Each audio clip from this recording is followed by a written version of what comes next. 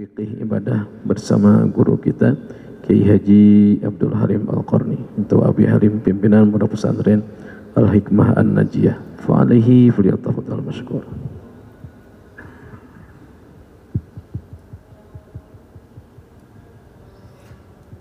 Yang jauh merapat, yang jauh mendekat. Assalamualaikum warahmatullahi wabarakatuh. Alhamdulillah wassalatu wassalamu ala Rasulillah Sayyidina Muhammad ibn Abdillah wa ala alihi wa ashabihi wa mawalah, amma ba'du. Kita meneruskan kajian kita. Bismillahirrahmanirrahim. An Anas bin Malik qala awsani Rasulullah sallallahu alaihi wasallam qala. Sahabat Anas bin Malik, beliau bersabda, Rasulullah sallallahu alaihi wasallam mewasiati aku. Wasiat, pesan. Kita bilang sebutnya tausiah. Tausiah itu wasiat atau pesan. Walaupun makna wasiat biasanya kalau kita ini konotasinya wasiat itu kalau mau meninggal dunia. Padahal namanya tausiah itu artinya pesan. Wa tawasau bil haqqi wa tawasau bis sabr. Hendaklah kita memang saling berwasiat, memberikan nasihat, memperingati satu dengan yang lain. Tentunya wasiat yang paling hebat, wasiat yang disampaikan oleh Rasul sallallahu alaihi wasallam. Dan Rasul memesankan berwasiat untuk wasiat takwa. Wasiat yang paling bagus adalah wasiat dalam ketakwaan. Sayyidina Anas mengatakan bahwa Rasul sallallahu alaihi wasallam berwasiat kepadaku. Ia berkata, ya Anas, asbigil wudu'a yuzad fi umurika. Wahai Anas, sempurnakan wudukmu, maka ia akan menambah panjang umurmu. Sempurnakan wudukmu, maka wudhu maksudnya sempurna wudhu itu yuzad fi umurika, akan ditambahkan umurmu. Ya Anasu sholli sholatad duha. Wahai Anas, kata Nabi, sholatlah sholat duha. Fa innaha sholatul awwabina min qablika.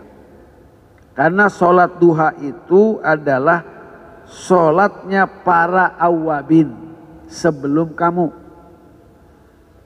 Jadi sholat duha itu sudah dilakukan oleh orang-orang yang memang sering bertobat, orang-orang yang baik. Namanya awwab.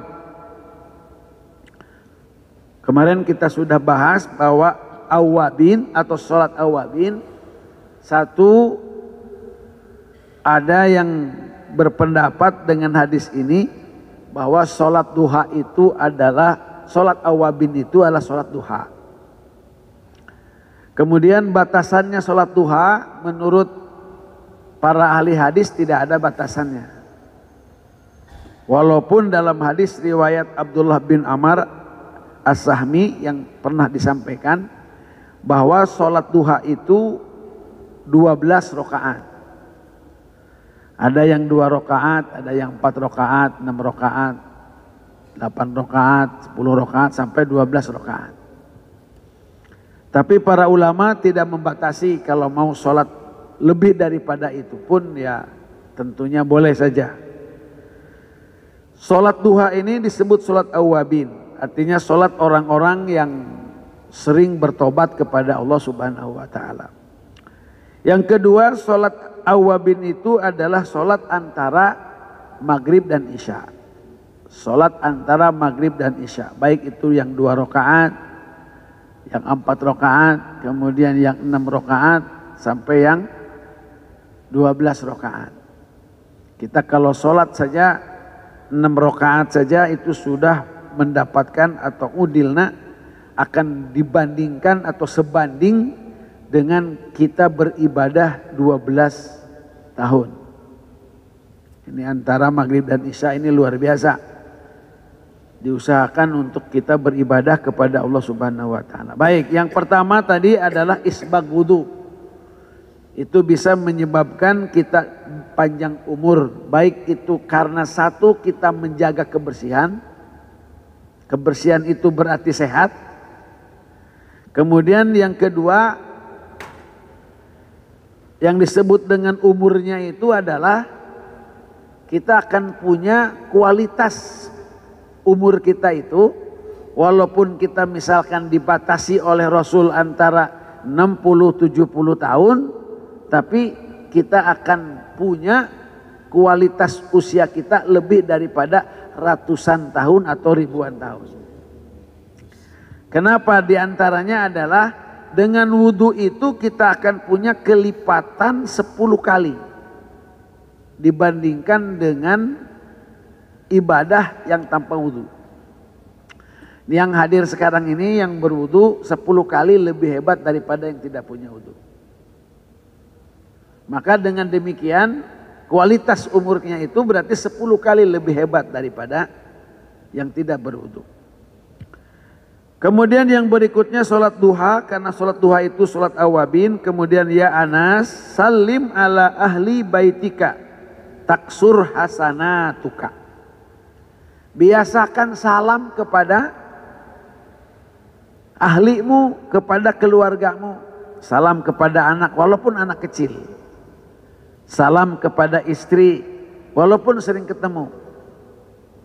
Dan salami rumahmu, bukan hanya orang saja yang ada di rumah, tapi adalah ahli baitika.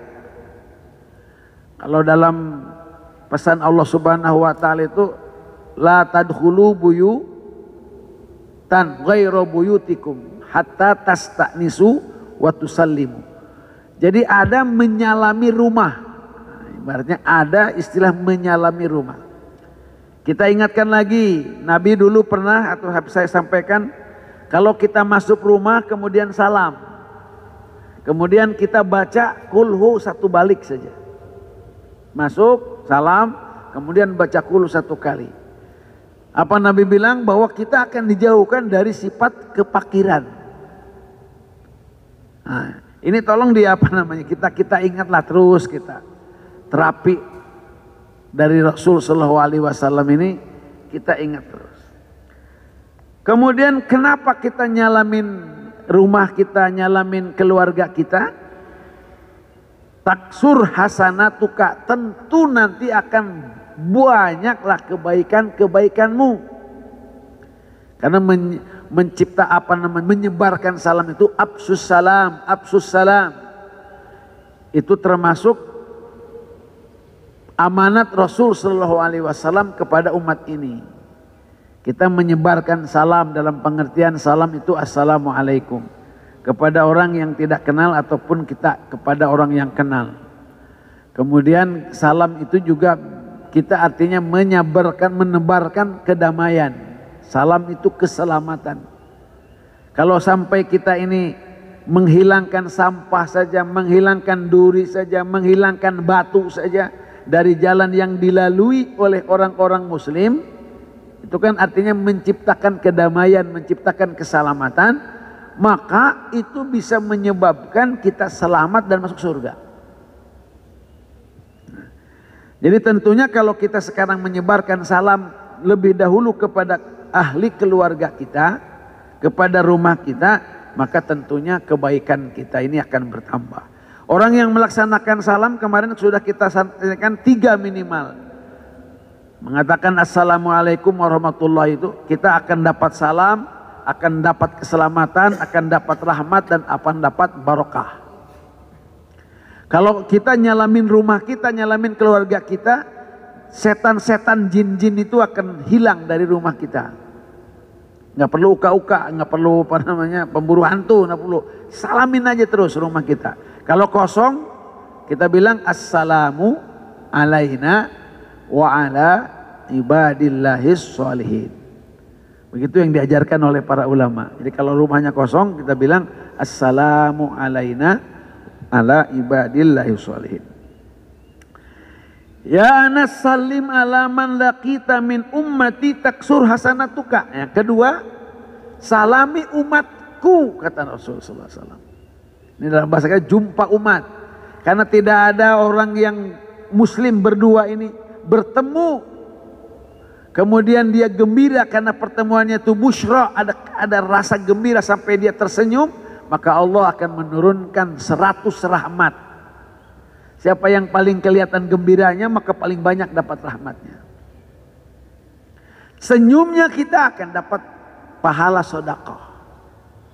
Kemudian kita mensalamkan assalamualaikum, itu berarti kita akan berdoa. Kita mendoakan satu orang muslim saja, Allah akan catatkan dari satu orang mukmin itu satu kebaikan.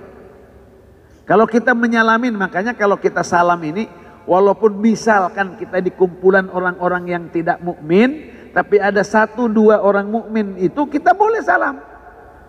Tujuannya kita menyalamin kepada orang yang mukmin itu. Maka kedua, kalau kita sekarang assalamualaikum ke kanan, assalamualaikum ke kiri, kemarin dalam bab nawafil kita sudah, Rasul itu memilih sholatnya 2 rakaat itu karena di setiap 2 rakaat itu ada tahiyat. Kata Rasul, aku senang baca tahiyat, aku senang baca sholawat, aku senang baca doa, aku senang baca salam. Assalamualaikum, assalamualaikum. Salam kepada sebelah kanan kita, ada malaikat, ada ibadus sholihin dan lain-lain. Kita mengucapkan salam. Kalau kita salam kepada seorang mukmin atau memohon ampunan kepada orang mukmin, setiap orang mukmin akan Allah catat bagi dia itu satu orang mukmin satu kebaikan. Makanya kita niat salam itu salam assalamualaikum, tidak assalamualaikum sendiri, tidak.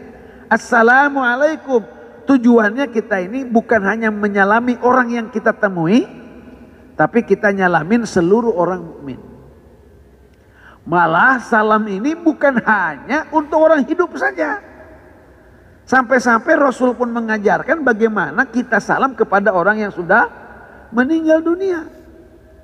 Jadi salam ini manfaatnya luar biasa, bukan hanya kita pertemuan kemudian kita bukan. Itu salam ini ibadah, ini salam ini.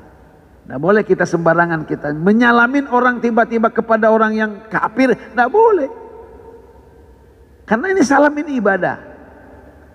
Keselamatan kita ini. Kalau kita misalkan hanya istilah takziah kunjungan kepada orang yang meninggal dunia bukan orang mukmin, ya silakan aja. Itu kan kemanusiaan namanya, sosial, ibadah sosial.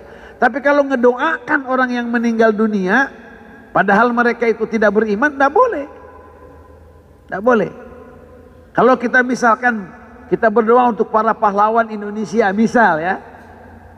Kalau kitanya orang kita ini orang muslim, ya jalurnya mendoakan khusus kepada orang muslim.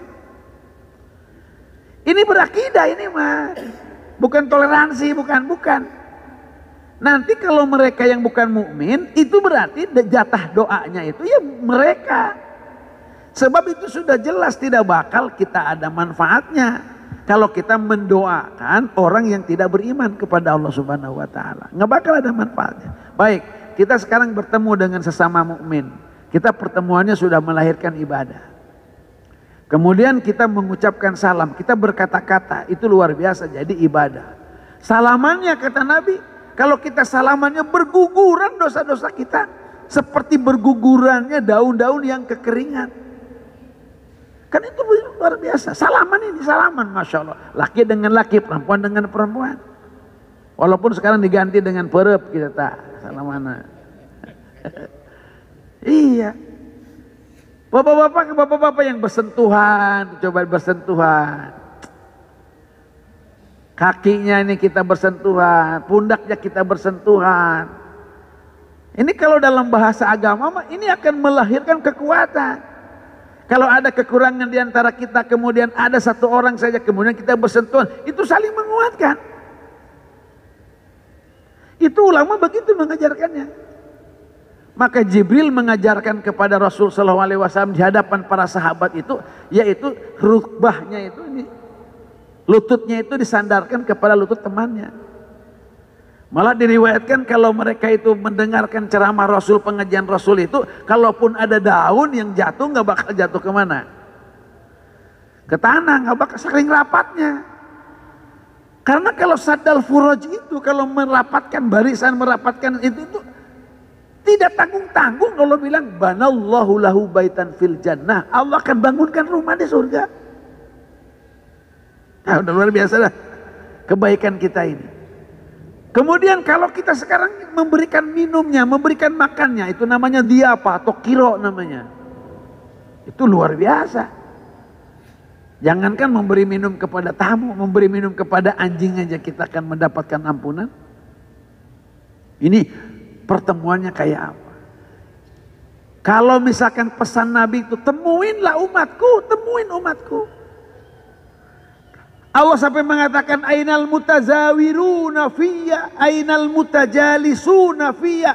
Mana orang-orang yang suka kunjung mengunjungi karena aku? Mana orang yang suka duduk-duduk bersamaku? Coba siapa yang sekarang ini punya program untuk melaksanakan salam kepada umat, berjumpa dengan umat, silaturahmi umat sesama umat. Program siapa ini coba? Sekarang saya menemukannya ini, programnya ini yang nyata-nyata menurut saya, tapi ya menurut bapak-bapak mungkin lain. Itu jemaah tabligh. Dia memang sengaja, memang ada program jumpa umat namanya. Mengetuk rumah-rumah kaum mukminin. Menyampaikan salam. Berta'aruf. Berta'aluf. Nah inilah. Jumpai umat itu, kata Nabi. Ucapkan salam kepada mereka. Ya Anas, aksir sholata bil laili wan nahar. Yuhibbaka hafizak. Wasiat berikutnya, wahai Anas, perbanyak sholat. Sholat malam. Jangan sampai tidak sholat malam walaupun hanya dua rakaat. Sholat malam. Yuhibbaka hafizak, itu akan dicintai oleh malaikat yang menjagamu. Kalau malaikat sudah cinta kepada kita, itu nggak bakal dibiarkan kita itu. Kita takut nanti di alam kubur itu ya mereka-mereka nanti yang akan menjadi fasilitas kita. Pasti itu sholat itu kan, semua juga nanti sholat. Sekarang ibadah ini tidak ada nyatanya, nanti mah ada bentuknya sholat. Sholat ada bentuknya, ngaji ada bentuknya, zikir ada bentuknya. Ada bentuknya, apakah itu nanti bentuknya itu apalah prasarana, apa infrastruktur, apa ajudan, apa pelayan, apa saja namanya. Itu memang dibentuk. Kan kemarin kita sudah bilang beberapa amalan yang bisa membuat kita dapat surga, dapat rumah di surga. Baca kulhu aja 10 kali. Allah berikannya surga, rumah di surga. Kita baca subhanallah sekali aja, kita bakal dikasih tanaman-tanaman yang buahnya buah hamdi, buah tasbih itu, Masya Allah. Nah. Kemudian berikutnya, ya Anas, bit wa anta tahir. Hai Anas, kamu tidurlah kamu. Tidur dalam keadaan bersuci. Fa in mutta syahidan, kalau kamu mati meninggal dalam keadaan kamu ini tidur suci, berwudu tidurnya, Masya Allah, kita mati syahid. Ngoroknya, tahu ngoroknya tuh, berdengkurnya itu tasbih dipandangnya, diamnya ibadah oleh Allah Subhanahu wa taala. Ya, apa kan istilahnya kalau mau tidur lah kita uduk dulu lah, nggak susah. Tapi Masya Allah luar biasa ininya. Kalau kita meninggalnya dalam keadaan suci. Kemudian kita kalau kita tidur dalam keadaan wudu, itu kita akan didoakan oleh para malaikat. Allahumma gfir lahu, Allahumma arhamhu. Didoakan oleh malaikat, ya Allah ampuni dia, ya Allah rahmati dia, ya Allah ampuni dia, ya Allah rahmati dia. Dan ini yang diperlukan oleh kita itu. Jadi Masya Allah, ujungnya tadi wudu. Terus nanti kita akan kumpul-kumpul nanti wasiat-wasiat Nabi itu. Kemudian, ya Anas, waqiril kabira warhamis saghir. Wahai Anas, hormati orang tua. Ulangi lagi, hormati orang tua. Kabir ini orang yang sudah berusia artinya. Kemudian warhamis saghir, kasihani, sayangi anak kecil. Kalau ada sahabat yang tidak pernah mencium anaknya saja, tidak pernah mencium anaknya, itu dipandang sebagai orang yang tidak merahmati orang yang ada di bumi. Kita ini mencium anak ini namanya disebut qublatur rahmah. Itu berpahala, apanya pun yang dicium anak kita ini. Mencium anak itu dapat pahala, Masya Allah. Kayak apa itu? Kan ajib ya itu, ajaran kayak apa ini? Sudah, ini ada beberapa yang sudah disampaikan kemarin. Kita teruskan, ini wasiatnya kepada Anas. Seperti itu Rasul berwasiat. Kita ini mau jadi sahabat siapa nantinya? Sahabat ini sudah dinas oleh Allah radhiyallahu anhu maradu'an. Jadi kalau kita misalkan kita nih, ini Pak Wahyu ini mau mengamalkan amalan wasiat itu. Kita nyambungkan nanti akan digolongkannya dengan yang dapat ini wasiat daripada Rasul ini. Kalau kita bisa misalkan mengamalkan wasiat murabi kita misalkan, amalkan itu. Kita nyambungkan dengan beliau. Kita akan bertemu dengan beliau itu pasti. Pasti. Nah ini namanya sanad ilmu itu begitu. Kita tujuannya, kita sekarang mengetahui, oh ini dari Anas, oh ini dari dari Abi Darda misalkan, oh ini dari Abu Hurairah, ini dari Muaz bin Jabal, wasiat-wasiat Nabi yang berupa amalan atau ucapan, kemudian dilaksanakan oleh sahabat, kemudian kita ikuti. Nah sanad kita itu musnid kita itu, sahabat itu yang dimaksud.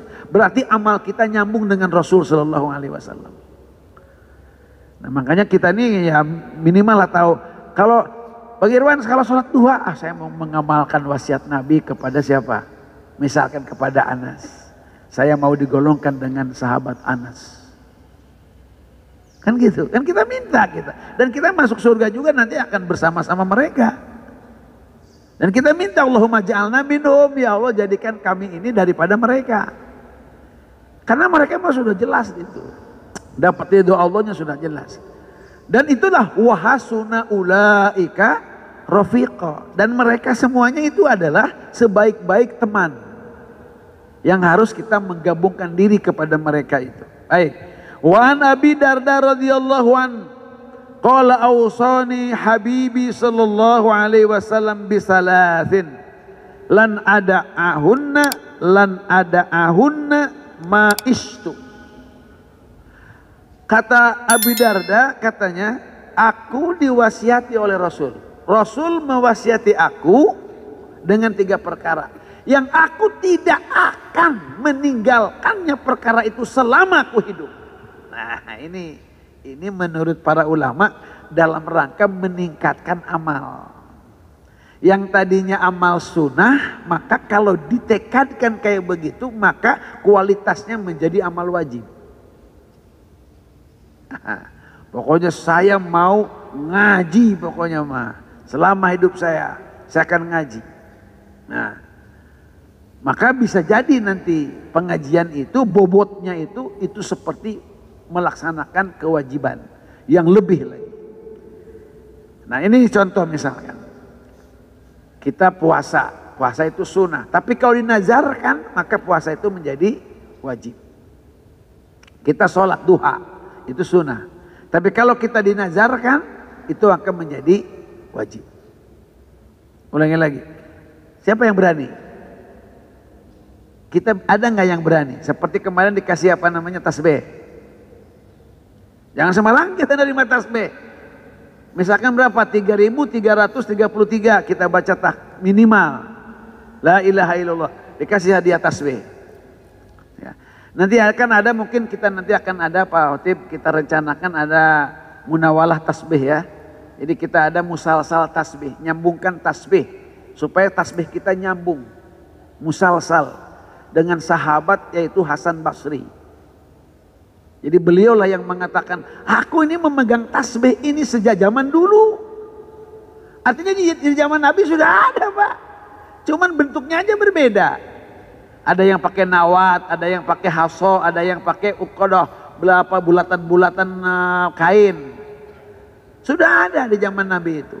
Hasan Basri mengatakan, saya ini memegang tasbih ini itu sejak bil bidayah, dan aku tidak akan tinggalkan dalam nihayah, dan aku ingin berzikir katanya, lisanku, hatiku dan tanganku.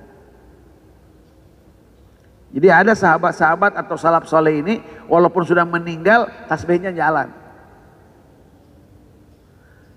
Jadi kalau kata Syekh itu, lihat katanya guru-guru kita, saudara-saudara kita yang di tangannya ada tasbih, itu yang kita ikuti.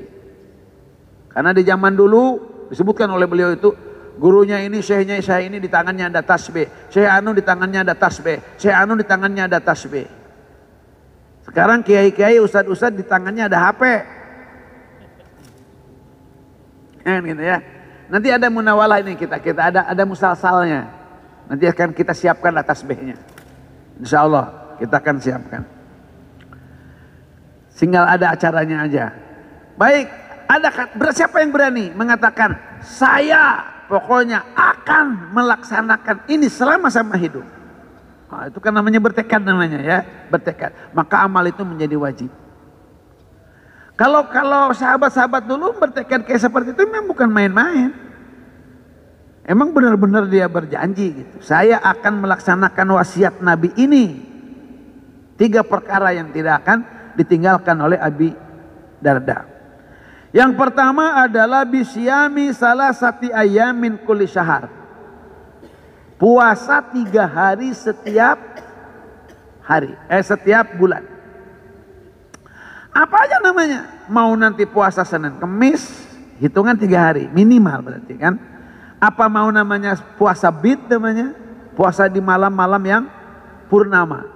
Atau di puasa sud namanya, puasa di akhir bulan. Silakan ada. Ada amalan-amalan di akhir bulan. Di tanggal-tanggal tertentu seperti bekam misalkan. Ya, kemudian seperti puasa misalkan. Itu nanti ada amalan-amalan yang berkenan dengan hari-hari itu. Wa sholatud duha, dan sholat duha. Ini berarti sholat duha termasuk yang diwasiatkan kepada Anas bin Malik, juga diwasiatkan kepada Abi Darda. Sholat duha nih ya. Kita sholat duha berarti sudah. Tapi kalau kepada Anas tadi nggak puasa. Tidak ada puasanya. Tetapi kepada sahabat Abi Darda ada. Karena memang tidak selamanya bisa. Ya saya sendiri ini minta maaf. Untuk puasa 3 hari ini ya belum bisa. Apalagi istiqomahnya belum bisa. Jadi kemarin saja saya sampai 8 hari batal puasa Ramadan. Nah ini memang agak lain ya gitu kan. Ya siapa yang bisa, yang bisa. Kalau tidak bisa semua ya jangan tinggalkan semua. Kita yang bisa, yang mana yang bisa. Mohon maaf saya bilang ini, untuk puasa ini saya sendiri yang menyampaikannya ini belum bisa mengamalkannya. Kemudian bi Allah anama hatta utira. Aku tidak akan tidur malam sebelum aku berwitir. Nah ini berarti Abi Darda witirnya sebelum tidur. Nanti ada witirnya setelah tidur. Nanti kita kan babnya nanti akan ke sana sebenarnya. Sedang membahas tentang masalah witir. Baik, Abi Darda sekarang ini adalah wasiat yang dipegang oleh beliau daripada Rasul 3. 1, puasa 3 hari setiap bulan. Yang kedua sholat duha minimal 2 rakaat. Yang ketiga sebelum tidur berwitir dulu. Sholat witir sebelum tidur. Nah, coba nanti kita gabungkan dengan dari Anas. Anas tadi isbag wudu, sholat duha, kemudian salam ke keluarga, kemudian jumpa umat, perbanyak sholat malam, tidur dalam keadaan suci, menghormati orang tua, dan menyayangi anak kecil. Kita urut nanti satu persatu. Tambah lagi dengan puasa 3 hari, witir sebelum tidur. Kalau sholat duhanya kan sudah. Ya, kita hitung, kita jumlah.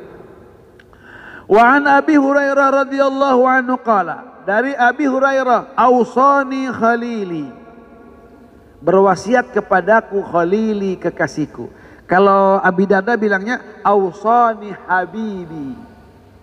Begitu sahabat menyebut kepada Rasul sallallahu alaihi wasallam, khalili, habibi, gitu kan. Apa beliau mengatakan? Dengan berapa? Dengan 3. Pertama, al-witri qabla naum, tidur, witir sebelum tidur. Sama toh? Dengan siapa? Dengan Abi Darda. Kemudian wasyami salasati ayam min kulli syahr. Sama. Puasa 3 hari setiap bulannya. Wa raq'atai duha. Nah, kalau tadi bilang sholat di duha, kalau ini 2 rakaat sholat duha. 2 rakaat sholat duha. Bapak hadirin rahimakumullah, sahabat ada yang kukuh.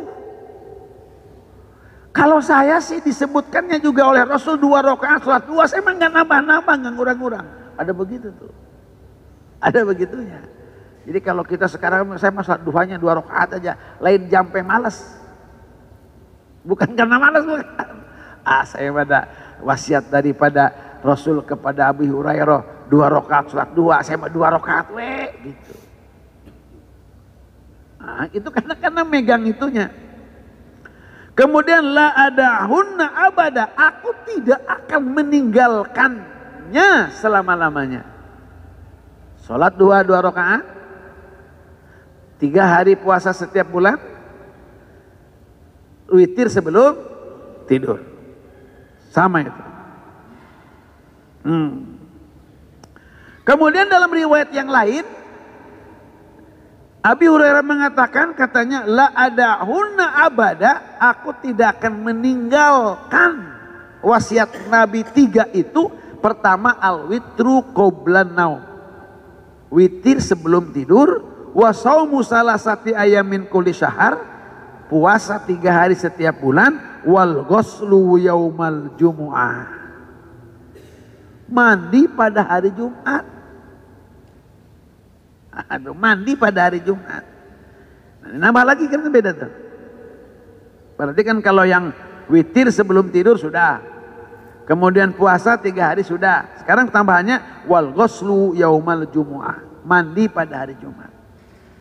Ini ditekankan benar. Sampai ada yang ada hadis mengatakan bahwa ghuslu yaumil Jumat itu wajibun ala kulli muhtalim. Ini kita mandi pada hari Jumat itu bisa menyebabkan dosa kita antara Jumat kepada Jumat itu habis dengan mandi. Jangan dikira sembarangan ini, awas. Jangan sampai kita tidak mandi hari Jumat dengan niat mandi hari Jumat. Iya, bukan. Tapi seperti mandi junub. Nah, makanya kalau kita nanti misalkan takut nanti lupa pada mandi hari Jumat, maka buatlah kita ini sebab harus mandi pada malam Jumat. Paham kan?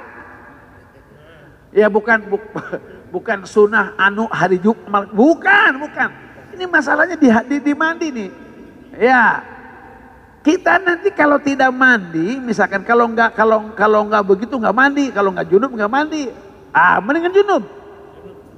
Ya, buat sebab mandi. Iya, kan manika salah wagos salah. Dalam hadisnya juga. Siapa yang mandi atau yang menyebabkannya mandi. Itu dapat ampunannya. Nah, kemudian Rasulullah SAW mandinya pun diapakan nanti? Dia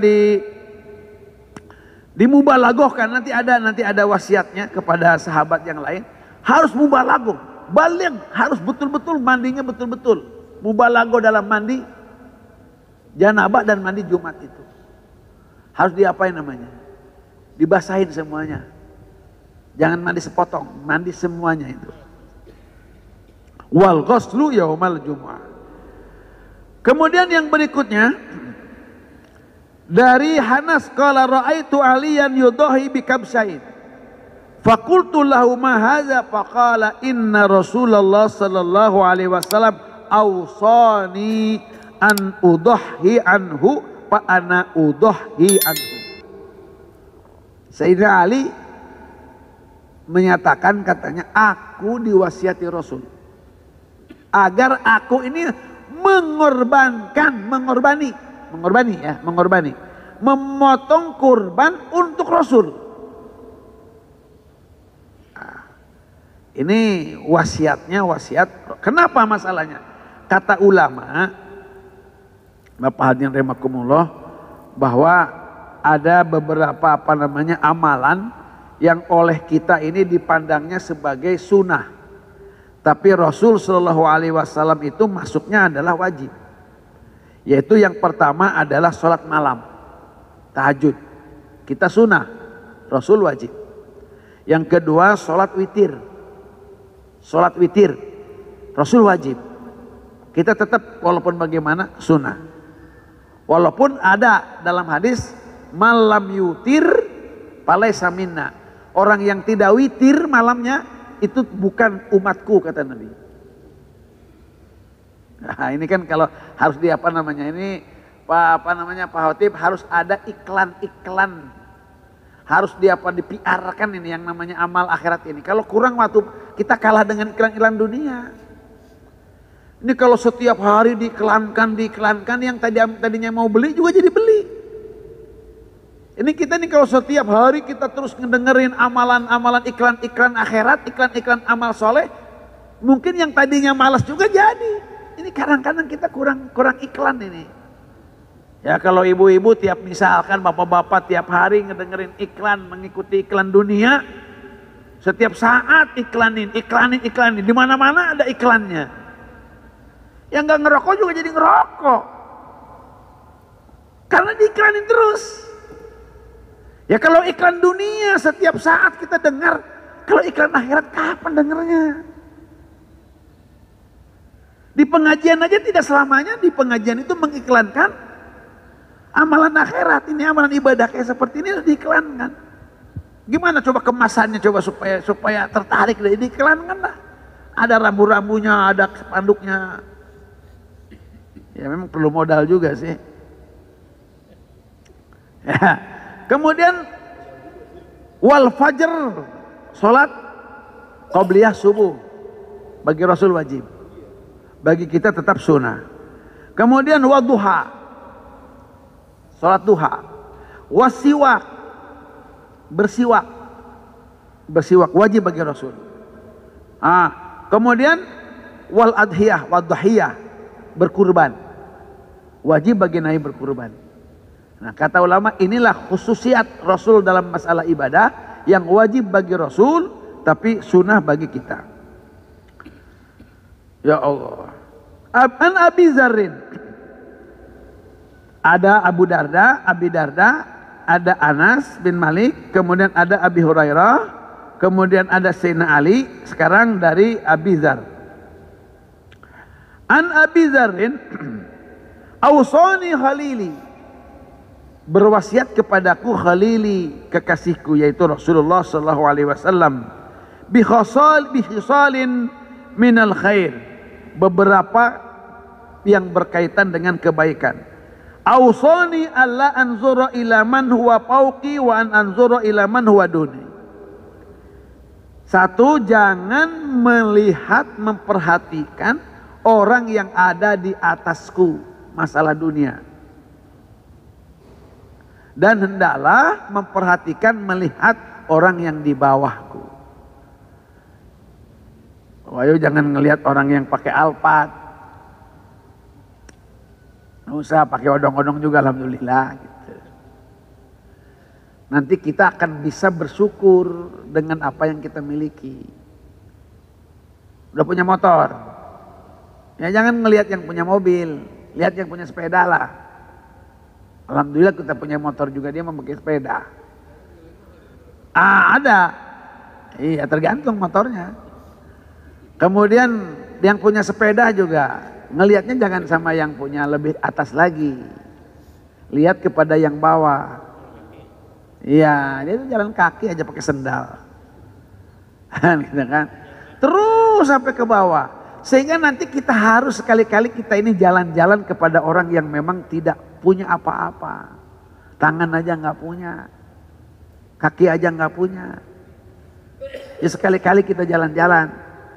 Ngelihat bagaimana orang-orang jompo di mana? Di panti asuhan yang dibuang oleh keluarganya. Sekali-kali kita ngelihat. Dan ini perjalanan kayak seperti ini memang harus dilakukan. Harus dilakukan. Ini salah satu wasiat Nabi. Jangan kalian memperhatikan urusan dunia apalagi ini kepada orang yang di atas kalian. Coba lihatlah di bawah. Satu. Tapi bukan masuk gorong-gorong. Lihat-lihat aja. Jangan. Kemudian wa ausoni bihubil masakin wa dunwi minhu. Rasul berwasiat supaya cinta kepada fakir miskin. Kata Nabi, bohong katanya orang yang bilang cinta kepada fakir miskin, cinta kepadaku tapi dia tidak cinta kepada fakir miskin. Kemudian wadunu minhu, berani dekat dengan fakir miskin. Berani dekat dengan fakir miskin, ayo. Ada orang yang cinta kepada fakir miskin tapi nggak mau dekat. Ngasihnya ngasih gitu aja. Coba berani nggak dekat? Apalagi kalau sampai bisa kita menyentuh tangannya, kemudian apa namanya, mengusap kepalanya. Ini wasiatnya. Kemudian wa ausani an usila rahimi. Rasul mengatakan wasiatnya itu sambungkan silaturahmi. Jangan putuskan silaturahmi. Kita ini harus banyak berkunjung. Enggak boleh ya. Pandemi. Ya perjuangan. Wa in adbarat. Walaupun kamu itu diapain? Dijauhi, kamu itu dibelakangin, dicuekin. Waduh, ini berat sekali ini, berat ini. Kita kan berat sekali. Rasul itu sudah bisa mencintai orang yang membenci. Kalau kita mencintai orang yang tidak membenci aja susah. Kita baru bisa mencintai kalau dia mencintai. Sementara Rasul itu sudah bisa mencintai orang yang membenci. Coba ya. Rasul itu sudah bisa memberi orang yang menghardik. Berat, itu memang paling berat, itu berat. Paling berat. Ya tapi kita memang kita harus apa namanya? Nasihatin diri kita sendiri minimal. Minimal. Ya Allah. Wa in adbarat, walaupun itu orang-orang keluarga kita ini menjauhi kita, tapi kita dipesenin oleh Nabi itu seperti Rasul berpesan kepada Abi Dzarrin, kita ini harus menyambungkan silaturahminya. Allah. Wa ausani alla akhafa billahi laumata laim. Wa ausani an aqulal haqqa wa in kana murran. Ini berat. Berat ini, pakai ini berat nih. Kita ini harus tidak boleh takut kepada siapapun, dan kita harus berani mengatakan kebenaran walaupun pahit. Waduh, ini berat. Dan yang paling hebat itu adalah kebenaran yang disampaikan itu adalah kebenaran yang disampaikan kepada penguasa zolim. Ini kita bukan apa namanya? Ini wasiat Rasul ini yang begini. Jangan takut. Aduh, saya bisa takut ini. Jangan takut. Mengatakan kebenaran walaupun pahit. Sekarang ini kebenaran ini sedang diabu-abuin. Wa ausani an uksira min qawli la haula wala quwwata illa billah fa inna kanzun min kunuzil jannah. Perbanyak baca la haula wala quwata illa billah. Karena itu masuknya adalah sesuatu yang diambilnya langsung dari gudang surga. Kalau kita tidak kuasa, tidak bisa, tidak buat apa-apa, baca la haula wala quwata illa billah. Malah katanya la haula wala quwata illa billah bisa jadi obat dari segala macam obat kecuali mati. Silakan nanti ada amalan-amalan yang la haula wala quwata illa billahnya mau berapa kali. Ya kita minimal lah, jangan ribu-ribu, bukan jangan. Kalau kita tidak bisa ribu-ribu, kita minimal 100 lah yuk. Bisa ngitung 100 dengan jari? Kalau bisa ngitung ya udah, nggak usah pakai tasbih.